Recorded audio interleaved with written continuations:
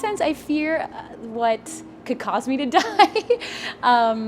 But in terms of like where I'm going, like I do believe that that Jesus saves me and brings me to heaven, and so I'm putting my trust in that. So in that sense, I'm not afraid, but the circumstances maybe surrounding my death maybe are what I'm afraid of.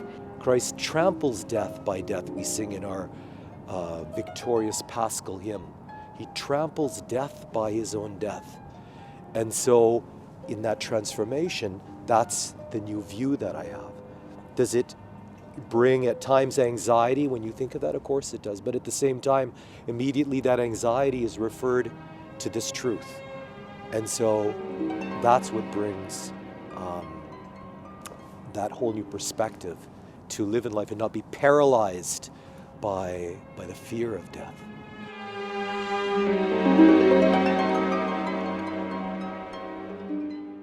Joy. Because death is the end of this life, but the beginning of the real life. When I hear the word death, I don't think of the negative that surrounds it. I don't necessarily think of the loss or the mourning, which is obviously still a part of death. I really think of the joy of what death is really the doorway to. The death is just the beginning of a whole new life, really the fullness of life that we've been longing for, that we've been waiting for. Finally, we're born into it. One of the analogies that I think about when I think about death is like an infant being in the womb.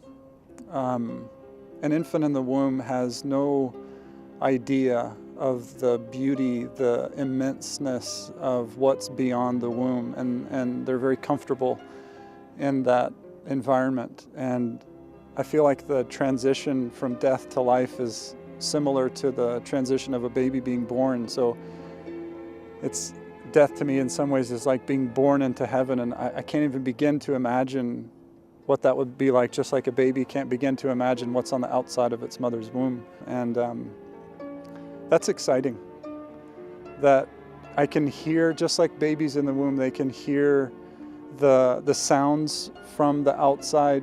They can get a sense of what's going on via their mother, and it's very accurate with the church, where through our mother church we actually can taste heaven and hear the sounds of heaven, but we have no idea what's coming, and it's a great thing that's coming.